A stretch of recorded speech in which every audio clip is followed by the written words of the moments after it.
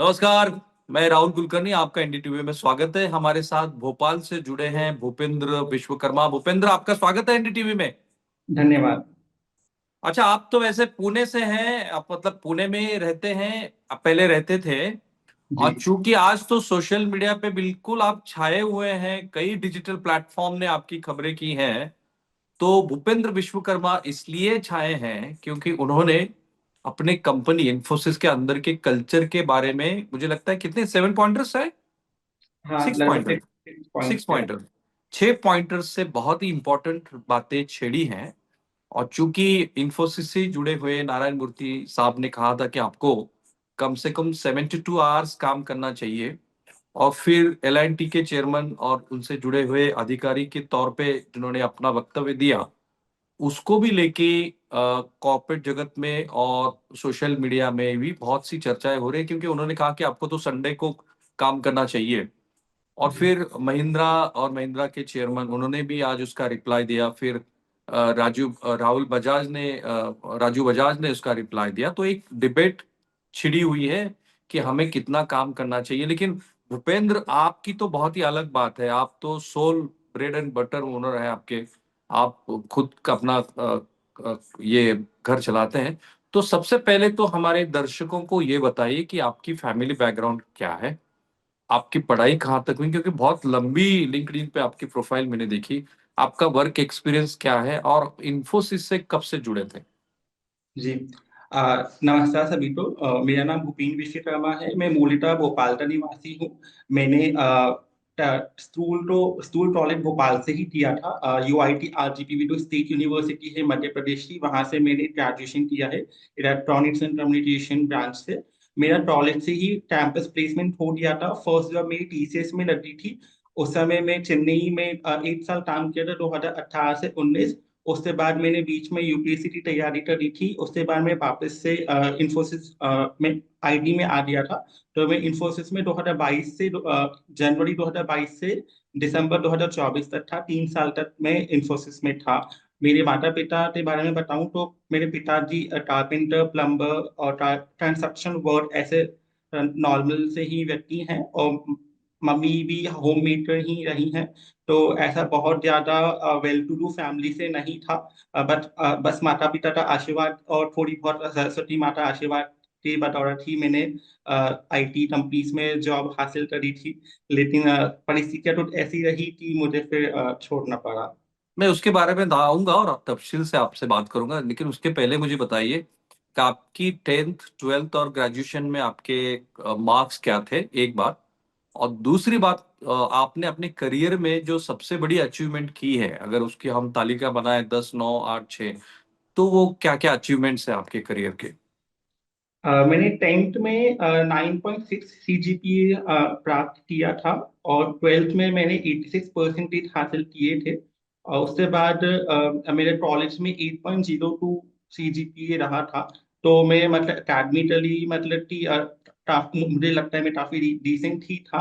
और मैंने मतलब कि जब मैं UPSC की प्रिपरेशन कर रहा था उस समय मैं और भी बाकी परीक्षाओं की तैयारी कर रहा था। तो उस समय मैंने SSC CPO दिल्ली पुलिस का जो परीक्षा होती है उसकी रिटर्न एग्जाम क्वालिफाई कर लिया था।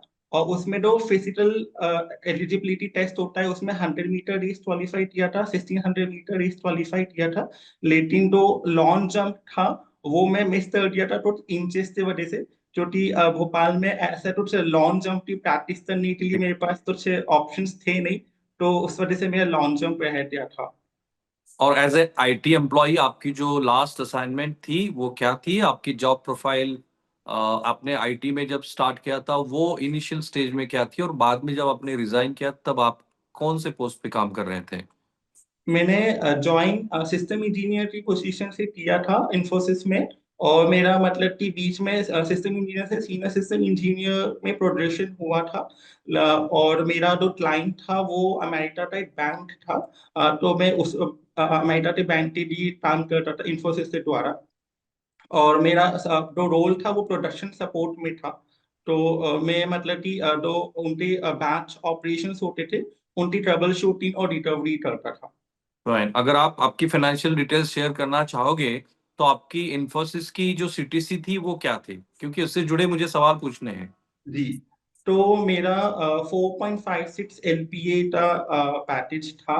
और आपको जैसे कि पता ही है कि TCS, इंफोसिस और बाकी जो भी कंपनीज है, पिछले कई सालों से उन्होंने बहुत ज्यादा ऐसा तो सैलरी हाइक दिया नहीं है ना। तो फ्रेशर्स होते हैं उनकी सैलरी 3 या 4 लाख के आसपास ही रहती है। और जो सीईओ सी है उनकी लाखों करोड़ों में सैलरीज है। तो वो भी एक ऑनगोइंग डिस्कशन हमारे अभी सोशल मीडिया पे चल ही रहा है। तो Right. राइट।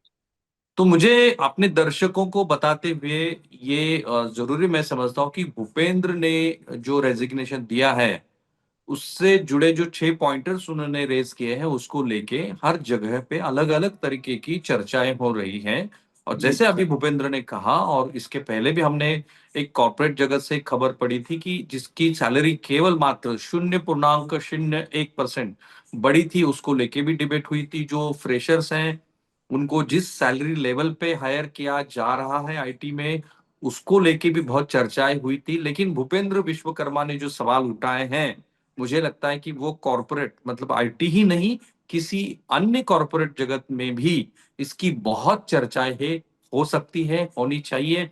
तो why I left Infosys job without any offer letter in hand despite being the sole breadwinner for my family? So my first question to you Bhupendra is, आपको पता है कि आप सोल ओनर हो, आपके family के लिए आपको आप ब्रेड विनर हो, तो आपने आपके हाथ में कुछ नहीं रहते हुए, क्योंकि आपको पता है कि कॉर्पोरेट में आपकी जो निगोशिएशन पावर रहती है वो तब तक ही रहती है जब आप किसी पोजीशन पे बने हो। और इसके बावजूद अगर आपने रेजिग्नेशन दिया है, तो क्या वो फिट अप एंगर है या फिर पिरामिड जैसी स्थिति आई थी, आप बिल्कुल सहन करने की मूड में नहीं थे?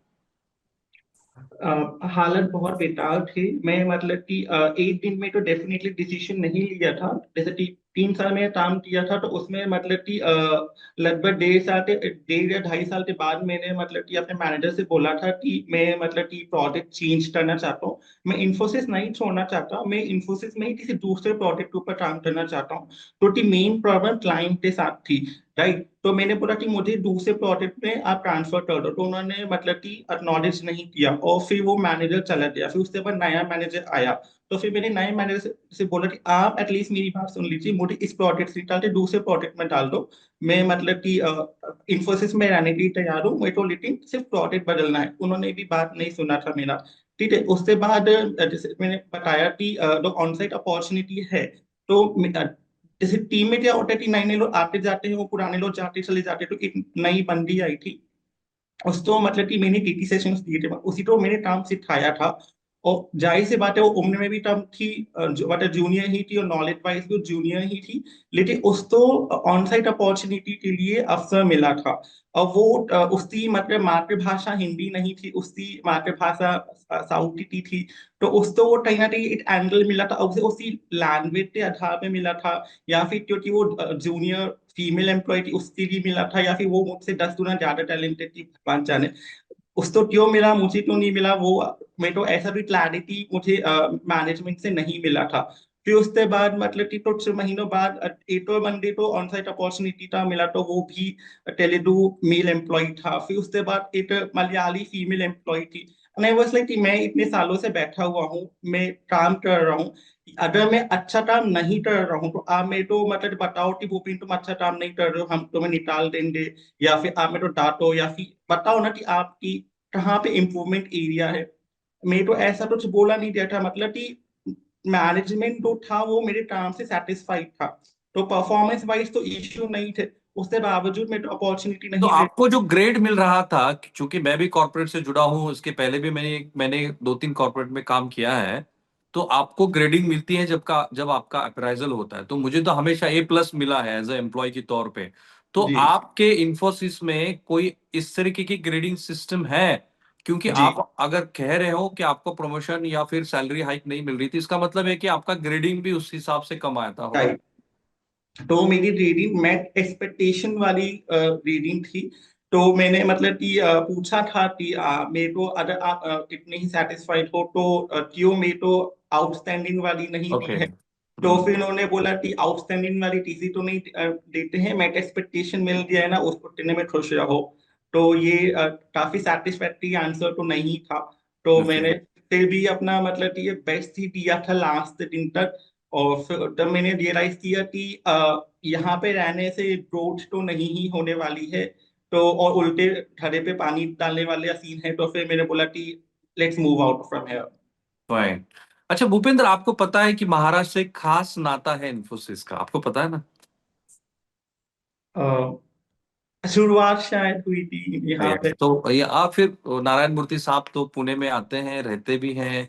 उनकी जी वाइफ महाराष्ट्र से बिलोंग करती हैं, उनकी जी। मराठी है, अच्छी हम्म। किताब लिखती हैं, फिर उनकी किताबें भी पढ़ी जाती हैं।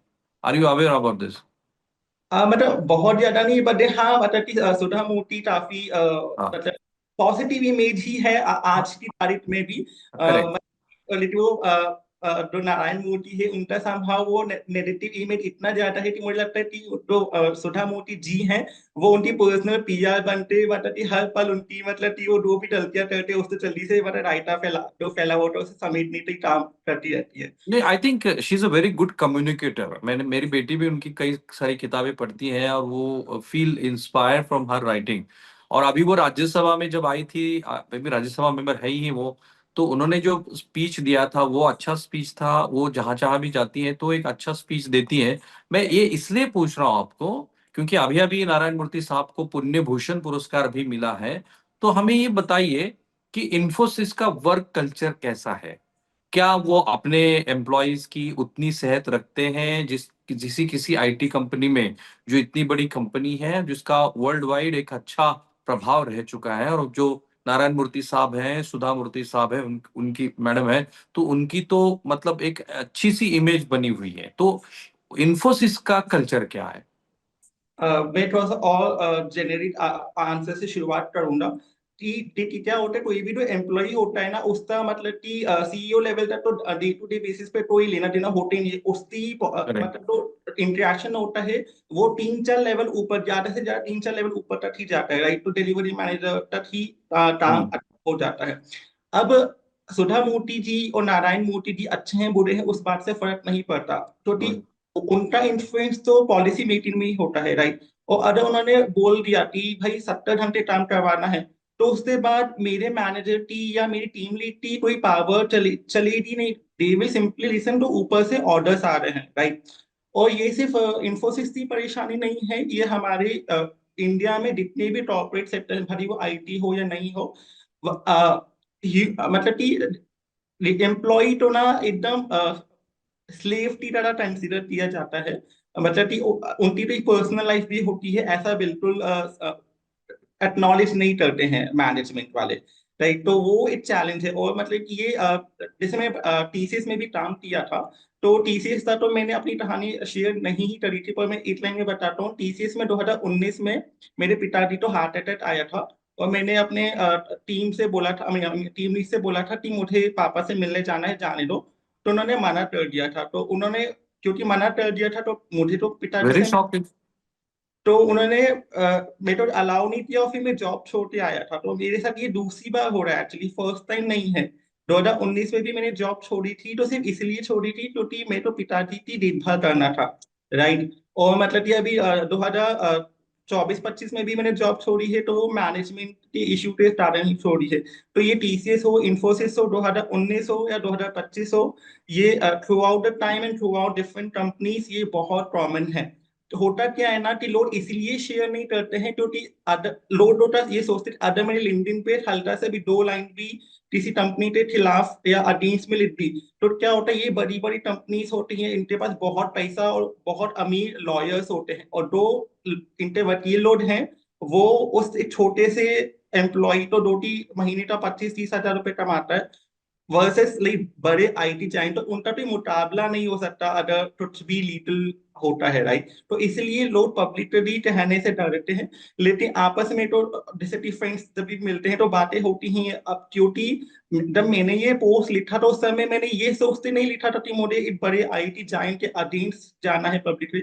मैंने बहुत कैजुअली ही शेयर किया था। वो अलग बात है कि वो वायरल हो गया, लेकिन आई एम ग्लैड कि वो हुआ। इससे फायदा ये है कि बाकी के लोग आके एटलीस्ट शेयर कर रहे हैं मेरे साथ। तो मतलब अच्छा। कि मुझे बहुत सारे डीएम्स आ रहे हैं कि बोलते हैं हम पब्लिकली कमेंट सेक्शन में शेयर नहीं करेंगे क्योंकि हमें डर लगता है, लेकिन हम आपको पर्सनली डीएम में आपके साथ शेयर करेंगे कि ऐसी ऐसी परेशानी हमने भी अच्छा, आपको मैं बता दूं भूपेंद्र, चूंकि आप पुणे में रहते थे और रहते हैं, तो अभी अभी पुणे में ही एक हादसा हुआ था। एक अकाउंट फर्म में जो विदेशी अकाउंट कंपनी है में है, जहां पे एक लड़की काम करती थी, वो इतना ओवरबर्डन हो गई थी कि उसका हार्ट अटैक आया और वो उसका उसी बीमारी में उसका देहांत हो गया। फिर उसके ऊपर एक बड़ी डिबेट भी चली, हमने भी उसके ऊपर बहुत जी से कॉर्पोरेट लेवल पे सवाल पूछे। तो मेरा ये आपसे फिर एक सवाल है कि वर्क कल्चर जो आपने कहा, वो आप पॉलिसी और फिर एम्प्लॉयमेंट के ओवरऑल ग्रोथ के बारे में अभी आपने छोटी सी बातें बताई, हम्म, लेकिन मैं ये जानना चाहता था कि आपके वर्किंग आवर्स वहां पे क्या है। आपकी जो एचआर है इन्फोसिस की, वो क्या आपको रिप्लाई देते हैं जब इस तरीके की स्थिति आपकी इन्फोसिस में बनी है। और सबसे बड़ी बात, जब आपने ये इशू उठाया, तब आपने कोई नोटिस पीरियड दिया था? क्योंकि चूंकि इन्फोसिस एक बहुत बड़ी आईटी जायंट कंपनी है, और मैं मानता हूं कि अगर ये इन्फोसिस में कल्चर है, तो शायद और छोटी मोटी आईटी कंपनी में भी इससे बदतर स्थिति हो सकती है, जिस तरीके के रिस्पॉन्सेस आपके इस लिंक्डइन पोस्ट को मिल रहे हैं वो देखते हुए।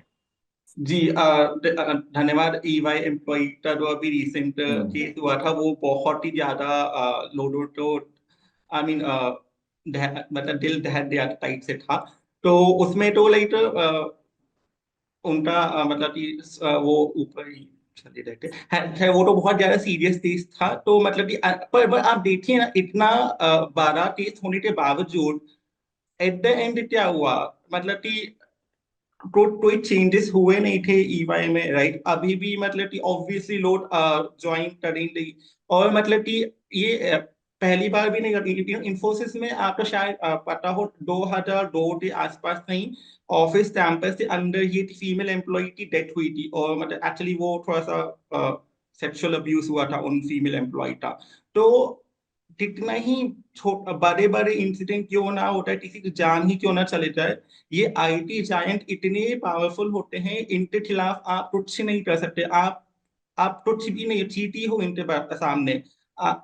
धरती आसमान फटे जाएगा तो भी वो वैसे थे वैसे ही रहेंगे। उनके उनको कोई एक स्क्रैच भी नहीं आएगा। तो वर्क एनवायरनमेंट जैसे आप पूछ रहे हैं, तो वो तो बहुत ही ज्यादा टॉक्सिक है।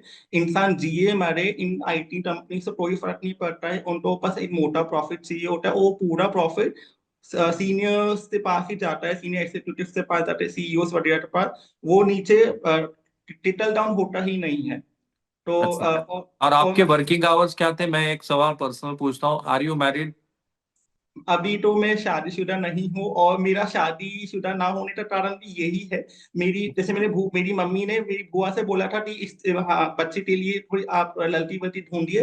तो मेरी बुआ ने बोल दिया था, तुम्हारा बेटा तो मतलब कि 4 लाख रुपए कमाता है, तो आप कौन सी लड़की के पास में जाऊंगी तुम्हारे बेटे का रिश्ता लेते, मतलब मेरी बेइज्जती हो जाएगी। तो मतलब ये 4 लाख जो सैलरी वाला पैकेज वाला बंदा है, उसको कोई भी लड़की रिजेक्ट ही करेगी, राइट? तो मैंने अपने मैनेजर को एक्सप्लिसिटली बोला था कि ये तो भाई साहब मुझे शादी करनी है, मेरी सैलरी बढ़ा दो। तो उन्होंने ऑब्वियसली उसको एक्नॉलेज नहीं किया था। तो तो मेरी आप जब जॉब आपने छोड़ी, तब आप कितने आवर्स काम कर रहे थे हर दिन? आपका वर्क जो आपका डेली डेली शेड्यूल का क्या था, स्केड्यूल क्या था आपका?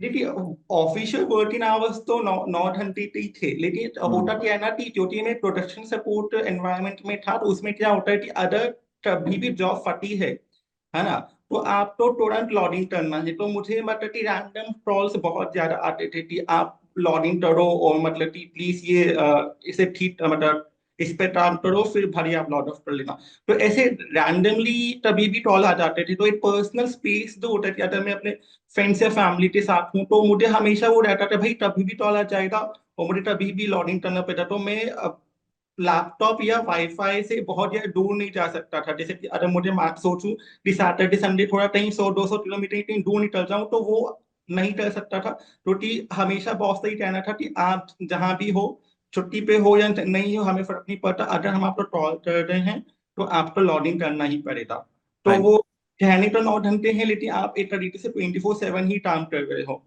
अच्छा, ये चीजें जब आपने, क्योंकि अभी एक सवाल अपने दर्शकों के मन में ये भी आएगा, क्योंकि हम लोग जो इमर्जिंग इकोनॉमी है, इमर्जिंग इमर्जिंग इकोनॉमी में लोग ये एक्सपेक्ट करते हैं कि आपके एम्प्लॉयज और सीईओ जो है वो 24/7 काम करे। तो हम्म। क्या आप एक इमोशनल व्यक्ति हैं, ये मेरा सवाल है। और दूसरा, आपने जिस तरीके से रिजाइन किया, क्या उसकी प्रायर नोटिस आपने टीसीएस में भी दी थी और इन्फोसिस में भी दी है? जी, मैंने नोटिस पीरियड बाकायदा 3 महीने का नोटिस पीरियड सर्व किया है इन्फोसिस में। मैंने प्रॉपर मैनेजमेंट को टाइम दिया था कि आप मेरे बदले आप कोई नया रिसोर्स हायर कर लीजिए।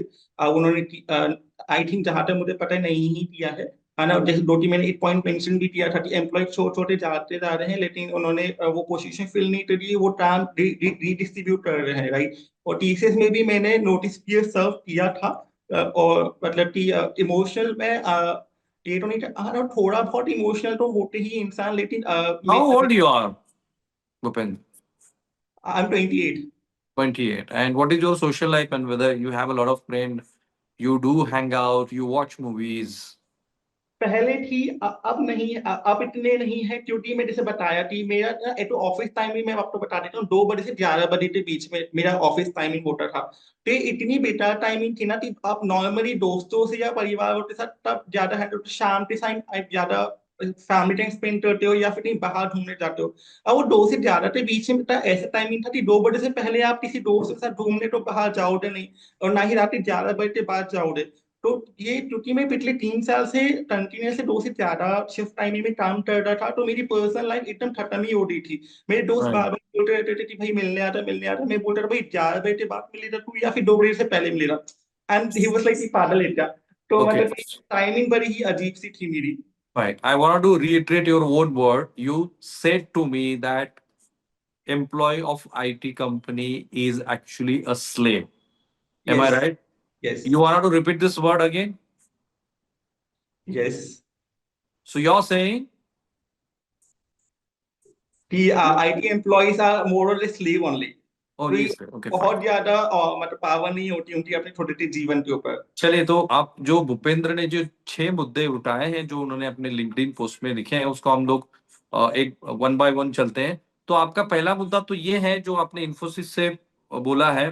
During my time at Infosys I face several systematic issues that ultimately force me to make the difficult decision of living without an offer in hand. I want to speak openly about these challenges. Basically, they are indicative of large problem in corporate workplaces. And the first point is no financial growth despite promotion. बताइए क्या मतलब, आपने तो थोड़ा थोड़ा बता ही दिया। मैंने 4 लाख की आपकी एनुअल सैलरी है, तो आपको महीने में कितना मिल रहा था और आप क्या एक्सपेक्ट कर रहे थे? जी, तो मेरा ये पहले पॉइंट में सबसे मैं इस बात पे हाईलाइट करना चाह रहा हूँ कि अगर मैंने किसी कंपनी में 3 साल काम किया है, तो या तो मैं बहुत ही बेटा परफॉर्म कर रहा था, और अगर मैं बहुत बेटा परफॉर्म कर रहा था तो कंपनी ने मुझे धक्के मार के क्यों नहीं निकाला, है ना। और अगर मैं इतना बेटा काम नहीं कर रहा, मैं थोड़ा सा भी अच्छा काम कर रहा था, तो एटलीस्ट 8 रुपये का हाइक तो देते। मेरे को 54 का भी हाइक नहीं मिला था। और 3 साल में इतना कितना लॉस किया था इन्फोसिस ने कि मतलब कि वो 8 रुपये का भी आपको हाइक नहीं दे सकती थी। जबकि आपके दो कंपनी से क्वार्टरली 2 इवेंट्स होते हैं, हम्म। उसमें जो भी सीनियर सीईओ वगैरह होते वो आते बोलते हमारी कंपनी ने इतना प्रॉफिट बनाया इतना प्रॉफिट बनाया। वो सिर्फ प्रेस कॉन्फ्रेंस होती है उसमें वो बोल देते हैं कि हाँ हमने प्रॉफिट बनाया, लेकिन जूनियर्स तो वो प्रॉफिट मिलता नहीं है ना। Right. तो इतना तो बेकार नहीं था ना कि मुझे 8 रुपये का भी मतलब कि प्रॉफिट मतलब हाइक नहीं मिले। तो वो क्यों नहीं हुआ, 3 साल में कंपनी इतनी नुकसान में थी कि 8 रुपये भी नहीं हाइक दिया। तो इसलिए मैंने वो पहला पॉइंट मेंशन किया अच्छा, है। कभी आपके मैनेजर ने, जो जो आपके इमीडिएट मैनेजर थे, कभी वो आपके जॉब को लेके, आप जिस तरीके से काम कर रहे हैं उसको लेके अनसेटिस्फाइड थे? कभी उन्होंने कोई मेल आपको भेजी थी कि you are not doing your job good और मॉडरेट इवन? नहीं, मेरे ऐसा नेवर कुछ एवर? नहीं आया था। Never ever? नहीं, ओके। नहीं आया था। इनफैक्ट क्लाइंट भी मतलब कि काफी हैप्पी था। मतलब कि क्लाइंट मतलब कि क्लाइंट में 2 मेन इंसान थे, मैं उनका नाम नहीं बोलना चाहता पब्लिकली। तो उसमें एक तो सीनियर वाला बंदा था, वो तो लाइक तभी किसी भी चीज से सेटिस्फाई होता ही नहीं था। एंड वो जो दूसरा वाला बंदा था वो मुझसे इतना ज्यादा सेटिस्फाइड था कि वो मेरे भरोसे पे चला जाता था, मतलब कि अच्छा, आपने 2-3 बार क्लाइंट का शब्द बोला है, तो क्या क्लाइंट यूएस से था आपका? क्या अब आपका जो मतलब कि क्लाइंट तो अमेरिका का एक बैंक ही था, लेकिन जो वो इंसान था उस पदवी पे वो भारतीय ही था। और अदर वो हमें तो बोलना तो नहीं चाहिए, लेकिन भारतीय जो क्लाइंट्स होते हैं ना वो ही ज्यादा नाटक करते हैं। अदर फॉरेनर होते हैं ना तो शायद उनका वर्क लाइफ बैलेंस का थोड़ा कॉन्सेप्ट तो इतना माइंड नहीं करते हैं। वो मतलब कि काफी उम्र ज्यादा उम्र के वो भारतीय व्यक्ति थे, और वो मतलब कि उनके बहुत नखरे होते थे। मैं एक तो बहुत सिंपल सा आपको बात बताता हूँ। इस पर्टिकुलर क्लाइंट की वजह से हमारे जो मैनेजर्स थे वो मतलब कि 3-4 मैनेजर्स बदल रहे थे। एक मैनेजर 1 साल से ज्यादा रह ही नहीं पाता था, क्योंकि वो इतना ज्यादा ट्रॉल करते परेशान करता था हमारे मैनेजर्स। तो टीम मैनेजर भी परेशान होते, टीम छोड़ छोड़ के चले जाता था। तो मेरे थोड़े ने 3 साल में 3 मैनेजर्स को देखा है। और मेरे सीनियर्स ने मुझे बताया कि मेरे ज्वाइन करने से पहले भी 2-3 मैनेजर्स थे। तो हर साल मैनेजर बदल रहा है जिस टीम में, तो ठीक। वहां पे क्लाइंट ही प्रॉब्लम होता ना। वो इतना ज्यादा नॉइस क्रिएट करते थे, टीम मैनेजर से भी रहा नहीं जाता था, मैनेजर छोड़ छोड़ के चले जाता था। तो हम तो बहुत छोटे थे, तो हम कैसे ही उसको हैंडल कर पाते। ओके, आपके में 2, 3 और 4 जो मुद्दे हैं उनको उनको मैं इकट्ठा करता हूं। आपका सेकंड पॉइंट है अनफेयर वर्कलोड रीडिस्ट्रीब्यूशन, आपने थोड़ी सी उसके पहले ही इसके बारे में जानकारी दी है। तीसरा आपका है स्टैग्नेंट करियर प्रोस्पेक्ट। चौथा है आपका टॉक्सिक क्लाइंट एनवायरनमेंट, जो अभी अभी आपने कहा, और लैक ऑफ रिकग्निशन। और छठा है on site opportunities and regional bias. उसके ऊपर मैं थोड़ा सा आखिरी जो है रीजनल बायस, उसके ऊपर मैं थोड़ा विस्तार से बात करूंगा। लेकिन ये जो आपके 2, 3, 4, 5 मुद्दे हैं, उसके बारे में आपका क्या कहना था? जी, तो जैसे कि जो काम है, कोई भी काम है वो इवनली डिस्ट्रीब्यूट नहीं होता था। क्या होता है ना कि अब मैं मेरे मेरा ऐसा बैकग्राउंड है जहाँ पे मेहनत करके कमाने वाले हैं, जिसमें पता है कि मेरे पास कारपेंटर प्लम्बर टाइप से रहे हैं। तो सीधा साधा जीवन रहा है, मतलब सारा ईमानदारी से काम करो टाइप से। तो वो बाय डिफॉल्ट रहा है ना, लाइक चलाती नहीं ही रही है बाय डिफॉल्ट दिलो दिमाग में। तो मैं मतलब कि शराफत से काम किए जा रहा हूँ। और बाकी लोग ऐसा था कि नहीं कर रहे हैं, बहाना मार रहे हैं, या फिर झूठ बोल रहे हैं कि नहीं आता है, ताकि उनका काम भी मुझे करना पड़े। तो ये वाले चैलेंजेस भी थे। और मतलब कि अदर टीम लीड तो या फिर मैनेजमेंट तो पता है कि ये बंदा ज्यादा काम कर रहा है, ये बंदा कम काम कर रहा है, तो भी वो उसको पॉइंट आउट नहीं कर रहे हैं या फिर कुछ एक्शन नहीं ले रहे हैं। इसलिए मैंने बोला था कि वर्ड डिस्ट्रीब्यूशन प्रॉपर नहीं था। फाइन। और जो बाकी stagnant career prospect toxic talent career का पॉइंट ये है कि जैसे कि मैंने अपने मैनेजमेंट को बताया था कि मैंने 3 साल तो मेरा हो गया है इस पर्टिकुलर इसमें। और मैंने 1 साल और काम किया था TCS में प्रोडक्शन सपोर्ट। अब मैं चाहता हूँ कि मैं अपनी प्रोफाइल बदलूं। सपोर्ट रोल में क्या होता है ना, बहुत ज्यादा ग्रोथ होती नहीं है, तो मैं डेवलपर या एनालिस्ट टाइप से बनना चाह रहा था। तो मैंने एनालिस्ट चूज किया था, और मैंने कोर्सेरा से डूडल डेटा एनालिस्ट का सर्टिफिकेशन किया था।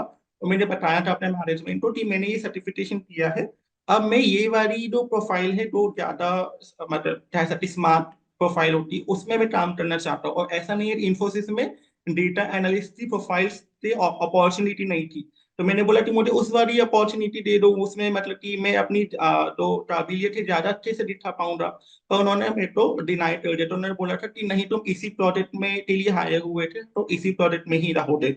मैंने मतलब कि पिछले 1.5 साल से लगभग मैं बोलता जा रहा था बार बार कि मुझे इस प्रोजेक्ट से निकाल के दूसरे प्रोजेक्ट में डाल दो।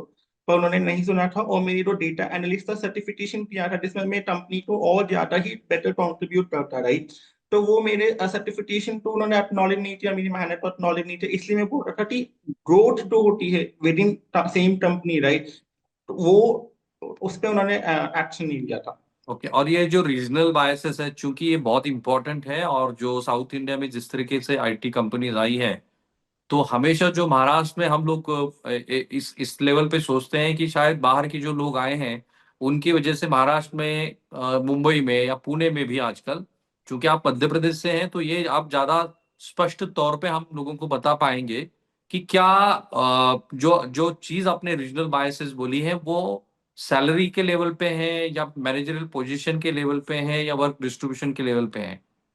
ये सारी लेवल पे मैं आपको उदाहरण देता हूँ। बेसिकली क्या था ना, मेरा जो टीम लीड था वो टेलीडू था, ठीक है, और मेरे जो दो टीम टीम मेंबर्स थे वो भी टेलीडू थे। और वो चारों पांचों क्या करते थे, एक ही फ्लैट में रहते थे, ठीक है। अब आप खुद सोचिए, अरे एक ही फ्लैट में टीम लीड और मतलब कि टीम मेंबर एक साथ रह रहे हैं, तो उनकी आपस में ऑब्वियसली मतलब कि बॉन्डिंग बहुत रहेगी। बॉन्डिंग रहेगी। और अगर किसी भी प्रकार का कोई फेवर चाहिए होगा, तो वो मतलब कि इनफॉर्मल चैनल ऑलरेडी एस्टैब्लिश्ड है उनका, राइट। वो किसी भी प्रकार का फेवर आपस में ले दे सकते हैं। एक बंदा था और उसको मतलब कि कोई काम नहीं आता है, अगर मेरे साथ में वो काम कर रहा है, मैं दिन के 9 घंटे उसके साथ स्पेंड कर रहा हूँ, तो मुझे मालूम है ना कि इस इंसान को ये वाला काम नहीं आता है। लेकिन जब वो ऑफिस में होता था तो वो नहीं कर पाता था, और जब वो फ्लैट से काम करता था तो वो कर लेता था। इसका मतलब क्या हुआ कि वो उसका somebody is लैपटॉप helping से him।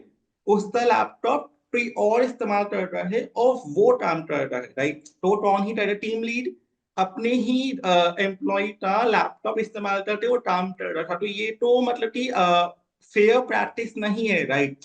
अगर आप सीखना चाह रहे हो तो वो तो बहुत अच्छी बात है, आप सीखो फिर काम करो। लेकिन अगर टीम लीड ही बोले कि तू भाई आराम कर, तू सो जा, मैं तेरा लैपटॉप उठा के तेरे हिस्से का काम भी मैं ही कर दूंगा, तो ये थोड़ा सा अनफेयर प्रैक्टिस थी, राइट। लेकिन ये आपका पर्सनल एक्सपीरियंस है या पूरे कंपनी में इस तरीके का बायसेस, रीजनल बायस है आपको लगता है? अब देखिए, पूरी कंपनी के बिहाफ पे तो मैं डेफिनेटली नहीं बोल सकता, तो टीम में तो एक 30-50 की जो टीम थी उसी तक मेरा एक्सपोजर रहा है, राइट। हम्म। लेकिन अगर मैं तो फिर भी अगर ओवरऑल बोलना है तो मैं ये बोलूंगा कि ये तो एक पर्टिकुलर कम्युनिटी है, उनका आपस में ना बहुत ज्यादा ऐसा होता है कि कोई भी अपॉर्चुनिटी आती है या फिर कुछ भी फेवरेटिज्म होता है तो वो उसी में रह जाता है। जैसे कि मेरा तो मैनेजर था वो भी टेलीटू कम्युनिटी का था, और ये जो टीम लीड था वो तो हायर हुआ था उसके ऊपर पर्टिकुलर ड्यूरेशन पे। तो मेरे पास ऑब्वियसली सबूत नहीं है, पर आई डाउट कि उसको उसकी काबिलियत पे उसको हायर किया गया था, या फिर उसको सिर्फ इसलिए हायर किया गया था क्योंकि दे वर म्यूचुअली फ्रेंड्स, मतलब ओके। मैनेजर और टीम लीड में आपस में दोस्ती थी, इसलिए वो हायरिंग हो रही थी। तो वो मेरा एक सवाल था, मतलब और मतलब कि राइट। वो तीसरा जो बंदा था वो भी उनके साथ ही वो फ्लैट में रह रहा है, तो फिर उसको अगेन उसकी काबिलियत पे हायर किया गया है, उसकी काबिलियत पे उसको अपॉर्चुनिटी मिल रही है या नहीं, वो वो काफी पूरा आपस में नेटवर्क टाइप से हो जाता है। तो राइट। एंड यू तुम आपने इसमें लिखा है कि these issues aren't unique to me.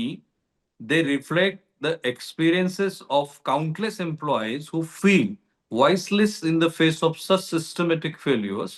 I choose to leave because I couldn't compromise my self respect and mental health of for an organization that ignored these basic issues. You're talking about here your own mental health, obviously मतलब कि अगर opportunity नहीं मिलेगी एक 28 साल के व्यक्ति को, जिसे आगे जाके शादी करनी है, पैसे कमाना है, अपना लाइफ right? सेट करना है, और मतलब अभी 28 साल की उम्र में मैं 4 लाख के पैकेज भी अटिका कर रहा हूँ, राइट। ग्रोथ हो ही नहीं रही हो, इसलिए नहीं हो रही है कि मुझ में स्किल सेट नहीं है, मुझ में टैलेंट नहीं है, या मैंने अपने आप को अपस्किल नहीं किया है। जैसे अपस्किलिंग की बहुत अभी चर्चा होती, तो मैंने अपने आप को अपस्किल किया, और अपस्किल करने के बावजूद अगर अपॉर्चुनिटी नहीं मिल रही है तो फिर ये तो गलत है ना, तो इसलिए Right. फिर सोचा कोई कि कहीं आपको पिल्स वगैरह लेने की जरूरत नहीं पड़ी ना, कभी किसी साइकेट्रिस्ट के पास आप चले गए हो? नहीं, नहीं, मैं thankfully ईश्वर का नहीं। आशीर्वाद था And कि your last para suggests that it's a time corporate managers stop sugarcoating the realities on the ground and start addressing these problems. Employees are not resource to be exploited. They are human beings with aspirations and limits.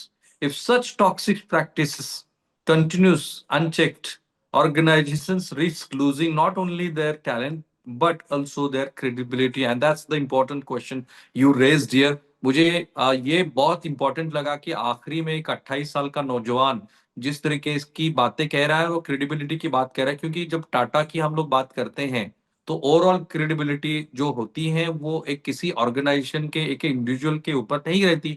वो organisation किस तरीके से अपने employ को handle करती है, वो अपने एम्प्लॉय का कितना ख्याल रखती है, वो अपने कस्टमर के प्रति कितनी जिम्मेदार है, इससे लेके कॉर्पोरेट क्रेडिबिलिटी बनती है। जैसे हम लोग टाटा की अभी बात कर रहे थे, हालांकि भूपेंद्र ने टीसीएस में भी काम किया है और वहां पे भी उनका एक्सपीरियंस उतना अच्छा नहीं था, लेकिन जिन जिन कॉर्पोरेट का हमने नाम लिया उन कॉर्पोरेट को भूपेंद्र की इस पोस्ट को रिटेलिएट करने का पूरा अधिकार है। अगर वो उसको रिटेलिएट करना चाहते हैं, we are free, we are ready to take their side also. लेकिन चूंकि अभी भूपेंद्र की ये पोस्ट वायरल हुई है और कई लोग ये अपने मन की बात भूपेंद्र ने कहा है, कही है, ऐसा कह रहे हैं, तो मुझे एक आखिरी सवाल है भूपेंद्र, व्हाट नेक्स्ट? अभी तो मतलब कि आई एम ऑब्वियसली मतलब कि कोर्सेरा पे मैंने प्रीमियम सब्सक्रिप्शन लिया है। मैं दिन दिन भर पढ़ाई करता हूँ। इवन मैं बता रहा हूँ आप, दिवाली और नवरात्रि के टाइम पे भी मैंने सेलिब्रेशन नहीं किया था। मैं पूरा दिन भर अपने आप को पढ़ाई पढ़ाई पढ़ाई करते रहता था। इतना मैं दिन भर पढ़ता हूँ ना, मैं दिमाग में अब कुछ जाता भी नहीं है। तो मैं अच्छा। अपनी तरफ से मेहनत कर रहा हूँ कि मैं क्या कर सकता हूँ, मैं अपने आप को अपस्किल कर सकता हूँ, नई नई टेक्नोलॉजी Fine. सीख सकता हूँ, एआई एमएल सीख सकता हूँ। तो वो मैं कर रहा हूँ। अब मैं कर्म कर रहा हूँ, अब फल ईश्वर देन दे, अब कब देन दे वो तो भगवान ही जाने। पर मैं अपनी तरफ से मेहनत कर रहा हूँ, अपनी पढ़ाई कर रहा हूँ। और बस और क्या ही कर सकता हूँ, मैं तो बस अपने चलिए आप। भूपेंद्र, आपको बहुत बहुत शुभकामनाएं। चूंकि आपने जो इश्यूज उठाए हैं, मुझे लगता है कि उसके ऊपर हम लोगों को पॉजिटिवली सोचना चाहिए। वर्क लाइफ बैलेंस के बारे में हम लोग बोलते बहुत कुछ हैं। चूंकि मैं खुद जर्नलिस्ट हूँ, मुझे पता है कि किस तरीके के वर्कलोड, और मैं वर्कलोड नहीं कहूंगा क्योंकि मैं एक जिम्मेवार तरीके से अपनी सोशल कमिटमेंट है उसको मैं अपने जॉब से जोड़ता हूँ। वो एक अलग बात है, वो you can say it's exceptional because journalist can serve and they should, I mean, in the interest of the society. लेकिन वो अलग बात है, आप आईटी कंपनी के कॉर्पोरेट कल्चर के बारे में हम लोग बोल रहे हैं। मुझे लगता है कि भूपेंद्र ने जो इश्यू उठाए हैं और उसमें अगर सब लोगों को लग रहा है कि बहुत सच्चाई है, तो इसको एड्रेस करना चाहिए। और ये बात सिर्फ किसी कॉर्पोरेट कंपनी से नहीं, तो हमारी जो केंद्र सरकार है, वहां पे जो श्रम मंत्रालय है, उन लोगों को भी इसको बहुत सीरियसली लेना चाहिए, क्योंकि हम लोग 5 ट्रिलियन इकोनॉमी की बात करते हैं। चलिए भूपेंद्र, बहुत बहुत शुक्रिया आपका, thank you so much, take care. धन्यवाद आपका मेरे को एनटीवी में चलिए, बुलाने। Have a nice career ahead for you. Thank you. Thank you, bye.